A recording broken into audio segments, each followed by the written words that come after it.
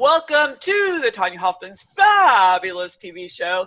Today, oh my gosh, I always have someone fabulous on the show. And today is no exception and even takes the bar up even one more level. It's Mr. Joe Orsak. Hey, Joe. Hey, how's it going? Great. We're going to hear from Joe in just a second, but I wanted to remind you that we really want to help you go out and change the world from the front of the room. So we want you to become a speaker, get on my TV show, get on the other things that we have to offer so that you can get your name known and your message heard so you can truly go out and change lives. So go to Public Speakers with an S Association, all spelled out.com to find out more today about joining and having fun. All right, let's go back to Joe. So Joe, tell us, how fabulous is today? What do you have going on? Oh man, today is lots of fabulous. I just noticed that we both have bookshelves behind us, so that must be a prerequisite for being on the show. So keeping busy as always, lots of stuff going on, and jumping in, I guess, talking about the show that I've been up to. Coming up on my year anniversary. Started this show called the Wine No Wine Show back in April of 2017, and woke up at 2:30 in the morning, April 6th, with this idea that I needed to start a talk show with no particular strategy other than I knew there was a problem that we were dealing with in America, and I wanted to come up with a fun, creative way to solve it. And had no idea how I would ever make money with it other than it just needed to be done. And we by December, we had broke 100,000 views. And last time I checked, we're coming up on 150,000 views now, averaging about 4,000 to 5,000 views a show. And the audience continues to grow. And we gather people from all different walks of life, all different political views, religious views, and we talk about everything that you're told you're never supposed to talk about. Doesn't matter if it's religion, politics, sex, you name it, we talk about everything, and we do it all while we're drinking wine, so what could possibly go wrong? I love it. I'm so excited to be on your show coming up. Yes. And it was so right. It was so funny how I was introduced to you because Mr. Dean was like, oh my gosh, you have got to meet this guy. He's like, oh my gosh. I mean, he was just like hyperventilating to talk about you. Dean is a super cool guy, and he brand new sponsor. He just came on this last month, and so he's our official sponsor, the First Choice Home Loans, Dean DeBasey, and just genuinely a really nice guy. I got such a good vibe from him. He came to me introduced by a long-term friend of mine, Steve Levine, at Small Business Today magazine. Oh, I've known Steve. And it's somebody I really, really respect. So when he got referred over to me, he was already highly esteemed.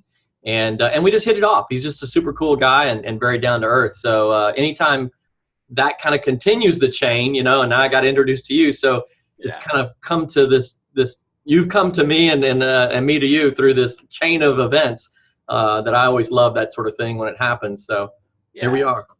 I know, it's so funny to me how people want to have like their whole plan, January 1 lined out.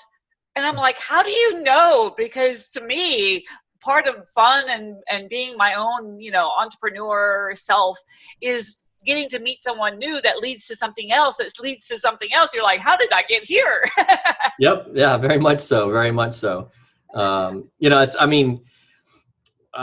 me, connections and people, quality people, that's, what life is all about. And I've made the practice in my life of when I run across good people of keeping them in my circle, whether I'm doing business with them or not, whether an opportunity has presented itself right then or not, really doesn't matter as much to me as when you come across a good quality person, you stay in touch, you keep checking in with them from time to time, that type of thing, because you never know where that will take you in life. And so I don't know how people could possibly plan out their year, so to speak. I mean, we have goals, don't get me wrong. Definitely got goals and things we want to achieve, but I keep a flexible schedule, so to speak. I know. To me, part of, owning your own business is having the fun of meeting new people, and there's so much, you talk about, you just woke up and you're like, I need to have this show. When I first started into, media, it was getting over my fear of my voice, because I always thought, oh, my voice is just so, So I thought, I'll be a radio show host on AM radio and just air all over the state. And I was like, oh my gosh, what do I do? How do I make this make money for me? Yes. Yeah.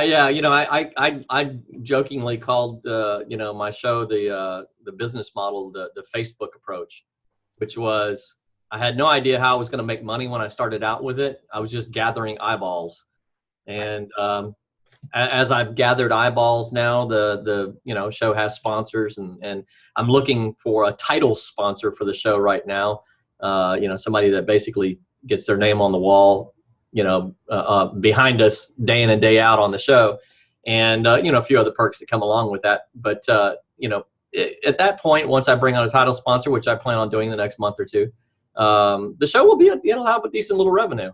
And but at the end of the day, I was all about solving problems, and both my kids kind of have a little bit of an entrepreneurial bug, and I told them, I said, to me, what it means to be an entrepreneur is to stumble across a problem that you can't stand not solving. Oh yeah. I just have to fix that. And you set about fixing it, and and build a profit model in fixing it. If you solve a big enough problem for a large enough number of people, you'll make a lot of money. Oh, I know. People ask me all the time, why did I create the Public Speaker Association? Because there's only really one button, and if you push it, I react to it, and that's the elitist button. and so it's like, oh, you're not a professional speaker, you can't join our group. And I'm like, I don't know. I'm an international speaker, and I make a hell of a lot more money than you do. So what? Exactly. I'll just go make my own, and then boom, Yeah, exactly. You never know what's going to happen. Results are always a trump over any pedigree. Yes, exactly. Well, and to me, it's really about the whole adage of, it's not about what you know, it's who you know. And the more you're connected, the more you find these fabulous people that fit you, because then you also find people you're like, yeah,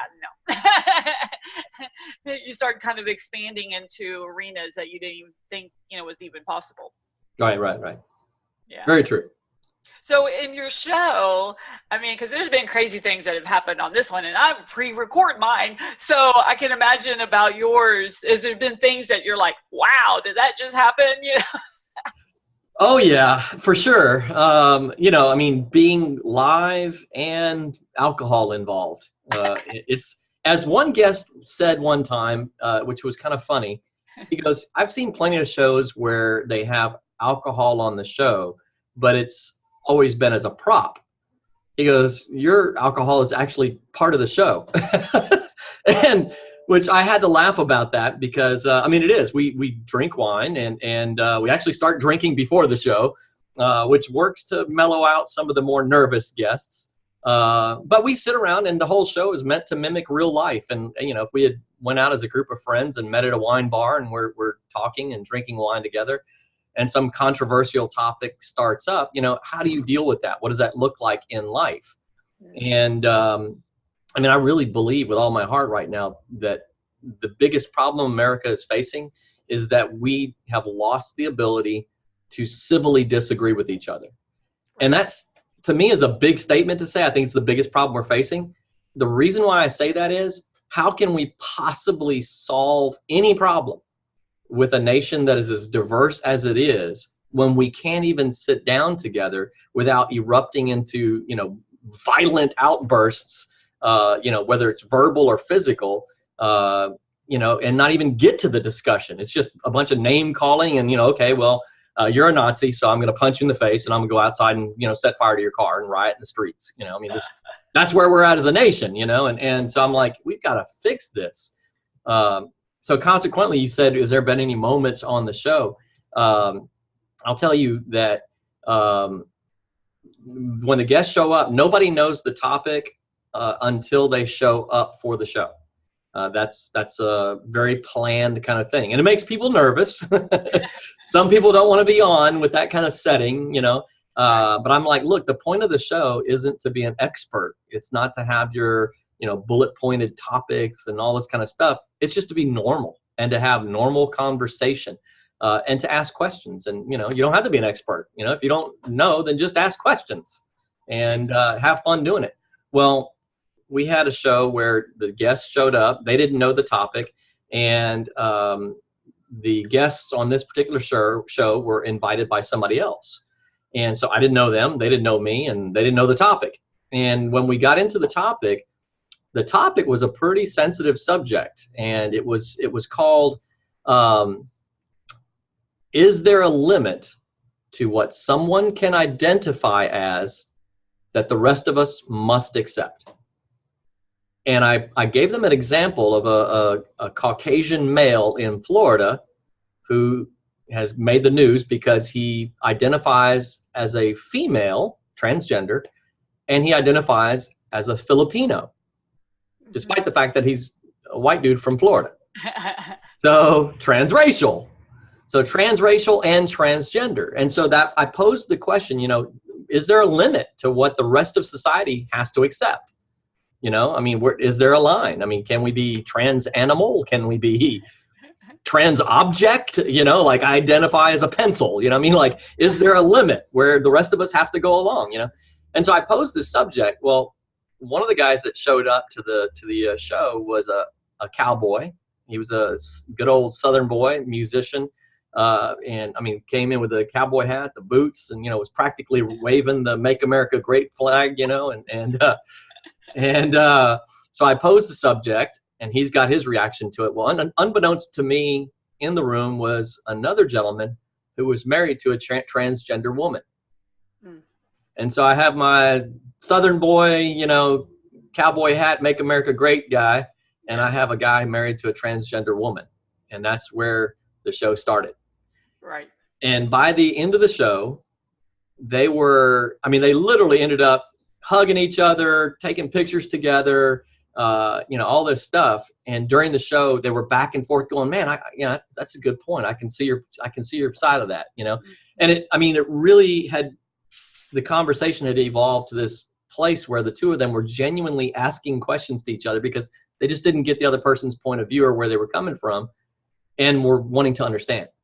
Right. And it was the most amazing moment for me on the show so far. And I said, that's the point of the show, is to bring people to the table, to show them that we can disagree. We can have, strong feelings about stuff without trying to kill each other and, insulting each other. We can talk like normal, sane human beings. What a novel idea. Right. I know. So, I think it is true that people are so afraid of approaching any subject that isn't about their business, because they're just so worried about the result, when we just become human because we actually have great conversations with each other. Yes. Yeah. I've heard people express the idea that, well, if you're in business or you own a business, then you shouldn't, there's certain subjects you shouldn't talk about. You shouldn't really go into that because you don't want to offend your, possible clients. I'm like, what is offensive is being fake. Yeah. That's offensive to me. Here's where I'm coming from is that I'll do business with anybody. I don't care if they hold a differing view from me. That's how myopic and small can I possibly be that I'm going to exclude people from my business life simply because they hold an opposing view. Now, if they're expressing hate and, violent and everything else in holding a different view, that's a different story. Right. But, man, I disagree with people all the time. Who cares? Get over it. It's not a big deal. No one's going to grow a disagree tumor and die. Well, and I think a lot of it too is people rarely go outside of their clique. Yeah. I'll go and I'll speak. I just do a lot of speaking where I'm the only whatever in the group. I'm the only woman. I'm the only white chick, the blonde chick, the straight girl, whatever. And so I always just talk about, the giant white elephant in the room right away. Right. And, people don't realize that they hurt themselves, especially in business, if they are cloistered with the people that sound and look just like them. Yeah. And I think this is a problem throughout the world, is that they're only talking to people who have the exact same viewpoint. And so, of course, how can they relate to anybody else if they don't branch out and have other conversations? Yeah, very much so. I'm not afraid of the ideas that I have. And, I have this concept to where if I discuss something with you and my idea is completely shot down and destroyed, it's a win for me, because I'm no longer holding on to an idea that's not based in truth. It's gone. So yay, thank goodness, I'm no longer believing something that's false. Thank you for having, broke that idea down, and now I can get rid of it and I can move on to a better idea. And in the middle of that, is I talk to you and you talk to me and we share points back and forth, and my view is swayed. I'm moved to a different angle of it. Well, now I have more information, more viewpoints, and again, my argument is stronger because of it. Win for me again. Right. And if we completely disagree and you throw everything you can at my point of view and my argument stands unaltered, unwavering, again, win for me. And so I win in all those scenarios. So why in the world would I, be upset about, having an argument broken down, having my argument swayed? All of it's a win. I mean, I wish America could see that and, understand that, hey, embrace the idea that being wrong is okay. Throwing out what you believe out there and having it swayed or altered is okay. It's all okay. Right. Just embrace the pursuit of truth. Exactly. I know. I was talking to an incredible person in Asia just yesterday. And so they're in Vietnam. And I tell them, because I'm never from the U.S., I'm always from Texas, because everyone has a different viewpoint of Texans versus U.S., American. Yes. But I had to break them down to realize I do not ride a horse to the grocery store. That just doesn't make sense on any playing field. What's really sad is I do not embrace a stereotype. Yet I love Texas. I'm about as Texas as they come as far as being proud of my state, and all this sort of thing. But I'm like, I've always tried to be a scholar and pursue knowledge and wisdom and all this kind of stuff. It's something I'm really, really passionate about. So same when I talk about, being from Texas, I'm proud of being from Texas, but it doesn't help that I actually own cows and did have an oil well at one point. So I'm like, and rode horses. I'm like, no, I mean, just because I had that stuff doesn't mean that's normal Texas. Not everybody rides a horse and has cows and owns an oil well. I'm like, my oil well was just on a little bitty portion of my land. I made like nothing from it. It was like, squat, like $200 a year, kind of a thing. We had all of 10 cows, and that was just for an agricultural discount, kind of a thing on the land we had. So I'm like, it's not like what you think. We're not riding horses to the store, like you said. I know. Well, and even, people are like, well, if you've been in Texas your whole life, where's your accent? I'm like, right. I grew up in Houston. It's a huge city. It's not like my cousins that did grow up in, like North Texas, cotton picking families, Yeah. Literally cotton picking. Right. You're like, it's a huge city. I'll notice in certain scenarios where the accent gets a little thicker for me. Depends on who I'm talking to. Well, and also if I'm around my family, you probably have this too, where, their accent kind of just just oozes on me. Yeah. As much as I try, I still say y'all and fixin' to. And oh, yeah. Y'all I can't ever get rid of that. It's no. The others doesn't make any sense. Why would you say you all? That doesn't even make any sense. You guys, I'm like, no. Yeah. Y'all is very functional. Exactly. So tell us and tell the audience here, how can they get a hold of you? And I know you have a special offer for them today.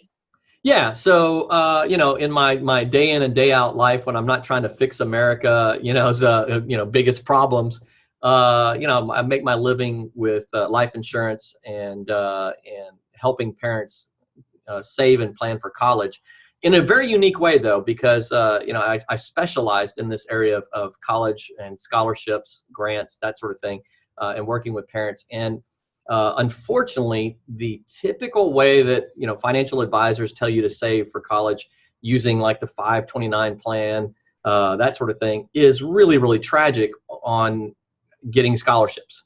If you show up to college with $100,000 saved in a 529 plan, first of all, kudos, for doing a great job and doing the right thing and saving.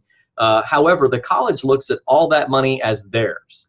I mean, like, you have a big neon sign on it screaming, take me, I'm yours, and so they'll take it all. And because you've demonstrated the ability to save, they'll go, this person really doesn't need any free money because we know they can save. They have discretionary income. They saved $100,000. So, if college was $150,000, you're going to end up with $50,000 in loans. That's just the way it's going to work. That's how college sees it. So, a much, much better strategy is to utilize saving tools that the college doesn't see. They don't ask about. So, you take that same $100,000 and you put it in a money pile behind you, and the college doesn't get to see it or ask about it. And now when you show up to college, they say, well, college is going to be $150,000. How much do you have? I've got nothing. Goose egg. I need all your help. And then the college is like, well, gosh, we can help you with $75,000 in free money, but you're going to have to come up with that other $75,000. Then you're like, okay, I'll just reach back here from my pile, and there you go. Now college is paid for. You got $25,000 left over, and you don't have $50,000 in loans. That to me is a heck of a lot better strategy. So I help parents do that kind of thing. And so if they go to my website, joeorsak.com, they can click on the button that says College Help, and I've got a video there that kind of goes into more detail on the 529 plan. That thing's got like 10,000 views. I get hits, or, inquiries from all around the United States on that. It's titled Why 529 Plans Are a Terrible Way to Save for College. And then right beneath that, I have a free article that they can just put in their information and just name an email, and I will send them the article. It says 10 costly mistakes when saving for college. And it's just free help. Doesn't cost them anything. The video has a ton of great information. I highly recommend watching it. It's about a 20-minute video, so it's not like super short, but it's also not super long. And it goes into some of the major problems that you have with the 529 plan. And then the 10 costly mistakes kind of just outlines some of the common mistakes that parents make that cost them significant money when saving for college. So all that stuff's free. I'm glad to help. I have 2 kiddos that are going to be going into college real soon. So I selfishly started learning the information because I didn't want to pay a lot for college. But I believe in paying it forward and passing that on to other parents and helping with that. So definitely recommend folks visit my website. And it's just my name, Joe Orsak, JoeOrsak.com, joeorsak.com. Perfect. All right, everybody, go to that now, because I know for my daughter, poor thing, she had all these scholarships and everything, and then the next year, mommy was making too much money and she lost it all. So there's also about planning for other things. Yep. And I can help in those scenarios as well. That's you prior had need-based scholarships, and you can have all sorts of different types of scholarships, merit-based scholarships, that sort of thing. I can help with all that. Awesome. All right, everyone. So definitely go and get connected to Joe. Make sure you go and watch his amazing shows, because you know that they sound like they're so going to be so much fun. And just get connected with, everything that he wants, can do for you. It's amazing when you connect to the right people. So thank you, Joe, for being on today. I appreciate your time and definitely want you to come back sometime. Yeah, I'm looking forward to having you on my show as well. Perfect. All right, everybody. We will see you next time on the Tonya Hofmann's fabulous TV show with another fabulous guest star. Bye, everybody. Bye, Joe. Bye.